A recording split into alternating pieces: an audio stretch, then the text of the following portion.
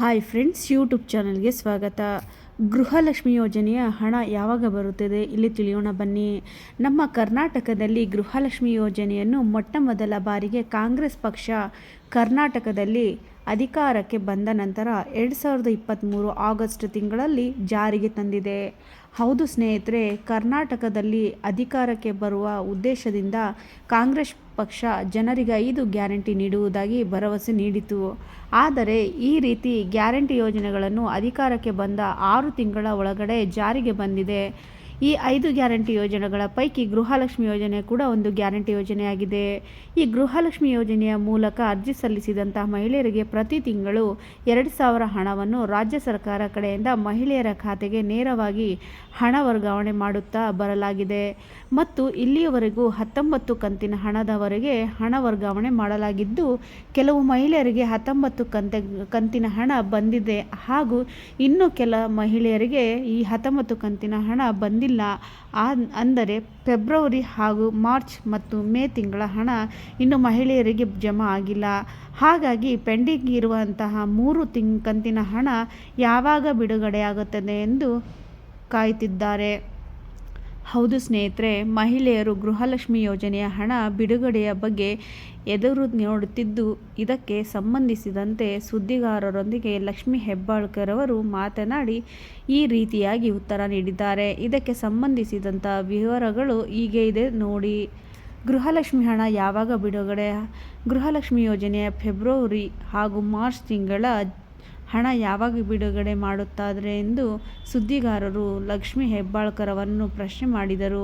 ಅವರು ಸುದ್ದಿಗಾರರೊಂದಿಗೆ ಮಾತನಾಡುವ ಸಂದರ್ಭದಲ್ಲಿ, ನಾವು ಈಗಾಗಲೇ ಜನವರಿ ತಿಂಗಳ ಹಣವನ್ನು ವರ್ಗಾವಣೆ ಮಾಡಿದ್ದೇವೆ ಹಾಗೂ ಫೆಬ್ರವರಿ ತಿಂಗಳ ಹಣ ವರ್ಗಾವಣೆ ಅಂತರದಲ್ಲಿ ಹಾಗಾಗಿ ನಾವು ಪೆಂಡಿಂಗ್ ಇರುವಂತಹ 3 ಕಂತಿನ ಹಣ ಬಿಡುಗಡೆ ಸಂಬಂಧಿಸಿದಂತೆ ಈಗಾಗಲೇ ಹಣಕಾಸು ಇಲಾಖೆಯ ಕಡೆಯಿಂದ ಅನುಮೋದನೆ ಪಡೆದಿದ್ದೇವೆ ಎಂದು ಮಾಹಿತಿ ಹಂಚಿಕೊಂಡಿದೆ. ಅದೇ ರೀತಿ ಪೆಂಡಿಂಗ್ ಇರುವ ಹಣ ಬಿಡುಗಡೆಯ ಕುರಿತು ಈ ಮೇ ತಿಂಗಳಿನಲ್ಲಿ ಮೊದಲ ವಾರದಲ್ಲಿ ಫೆಬ್ರವರಿ ತಿಂಗಳ ಹಣ ಬಿಡುಗಡೆ ಮಾಡುತ್ತವೆ. ನಂತರ 2ನೇ ವಾರದಲ್ಲಿ ಮಾರ್ಚ್ ತಿಂಗಳ ಹಣ ಬಿಡುಗಡೆ ಮಾಡುತ್ತೇವೆ ಹಾಗೂ 3ನೇ ವಾರದಲ್ಲಿ ಏಪ್ರಿಲ್ ತಿಂಗಳ ಹಣ ಬಿಡುಗಡೆ ಮಾಡುತ್ತೇವೆ ಎಂದು ಜನರಿಗೆ ಭರವಸೆ ನೀಡಿದ್ದಾರೆ. ಹಾಗಾಗಿ ಇದು ಮಹಿಳೆಯರಿಗೆ ಖುಷಿ ಪಡುವ ವಿಷಯವೆಂದು ಹೇಳಬಹುದು. ಮೇ ತಿಂಗಳ ಅಂತ್ಯದ ಒಳಗಡೆ ಪೆಂಡಿಂಗ್ ಇರುವಂತಹ 3 ಕಂತಿನ ಹಣ ಒಟ್ಟಿಗೆ 6,000 ಹಣ ಒಂದು ವಾರಕ್ಕೆ 2,000 ರೂಪಾಯಿಯಂತೆ 3 ವಾರಗಳಲ್ಲಿ ಒಟ್ಟು 6,000 ಹಣವನ್ನು ಈ ಮೇ ತಿಂಗಳಿನ ಅಂತ್ಯದ ಒಳಗಡೆ ಜಮಾ ಮಾಡಲಾಗುತ್ತದೆ ಎಂದು ಸ್ಪಷ್ಟ ಮಾಹಿತಿ ನೀಡಲಾಗಿದೆ. ಹಾಗಾಗಿ ಪ್ರತಿಯೊಬ್ಬ ಮಹಿಳೆಯರು ಹಣ ಬರುವವರೆಗೂ ಕಾಯಬೇಕಾಗಿದೆ.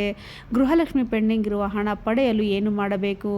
ಗೃಹಲಕ್ಷ್ಮಿಯ ಹಣ ಪೆಂಡಿಂಗ್ ಇರುವಂತಹ ಎಲ್ಲ ಕಂತಿನ ಹಣ ಪಡೆಯಲು ಮಹಿಳೆಯರು ಮೊದಲು ಗೃಹಲಕ್ಷ್ಮಿ ಅರ್ಜಿಯ KYC ಮಾಡಿಸಬೇಕು ಹಾಗೂ ಬ್ಯಾಂಕ್ ಖಾತೆಗೆ ಸಂಬಂಧಿಸಿದಂತೆ ಬ್ಯಾಂಕ್ ಖಾತೆಯ KYC ಮತ್ತು ಬ್ಯಾಂಕ್ ಖಾತೆಗೆ ಆಧಾರ್ ಕಾರ್ಡ್ ಸೀಡಿಂಗ್ ಹಾಗೂ ಆಧಾರ್ ಕಾರ್ಡ್ ಲಿಂಕ್ ಮಾಡಬೇಕು. ಇದರ ಜೊತೆಗೆ ರೇಷನ್ ಕಾರ್ಡ್ನಲ್ಲಿ ಎಲ್ಲ ಸದಸ್ಯರ KYC ಮಾಡಿಸುವುದು ಹಾಗೂ ಆಧಾರ್ ಕಾರ್ಡ್ ಲಿಂಕ್ ಮಾಡಿಸಬೇಕು. ಅಂದರೆ ಮಾತ್ರ ಪೆಂಡಿಂಗ್ ಇರುವಂತಹ ಎಲ್ಲ ಕಂತಿನ ಹಣ ಮಹಿಳೆಯರ ಖಾತೆಗೆ ಜಮಾ ಆಗುತ್ತದೆ. ನಿಮಗೆ ಗೃಹಲಕ್ಷ್ಮಿ ಯೋಜನೆಯ 5 ಅಥವಾ 6 ಕಂತಿನ ಹಣ ಜಮಾ ಆಗಿಲ್ಲ ಅಂದರೆ ಕೂಡಲೇ ನಿಮ್ಮ ಹತ್ತಿರದ ಮಹಿಳಾ ಮತ್ತು ಮಕ್ಕಳ ಕಲ್ಯಾಣ ಅಭಿವೃದ್ಧಿ ಇಲಾಖೆಗೆ ಭೇಟಿ ನೀಡಿ ಹಾಗೂ ಇದೇ ರೀತಿ ಪ್ರತಿದಿನ ಹೆಚ್ಚಿನ ಮಾಹಿತಿಗಾಗಿ ನೀವು ಈ ವಿಡಿಯೋ ಮೂಲಕ ತಿಳಿದುಕೊಳ್ಳಬೇಕೆಂದರೆ ನನ್ನ ಚಾನಲ್ನ ಸಬ್ಸ್ಕ್ರೈಬ್ ಮಾಡಿಕೊಂಡು ಮುಂದಿನ ವಿಡಿಯೋಗಾಗಿ ಕಾಯ್ತಾರಿ ಅಂತ ಹೇಳ್ತಾ ಎಲ್ಲರಿಗೂ ಧನ್ಯವಾದಗಳು.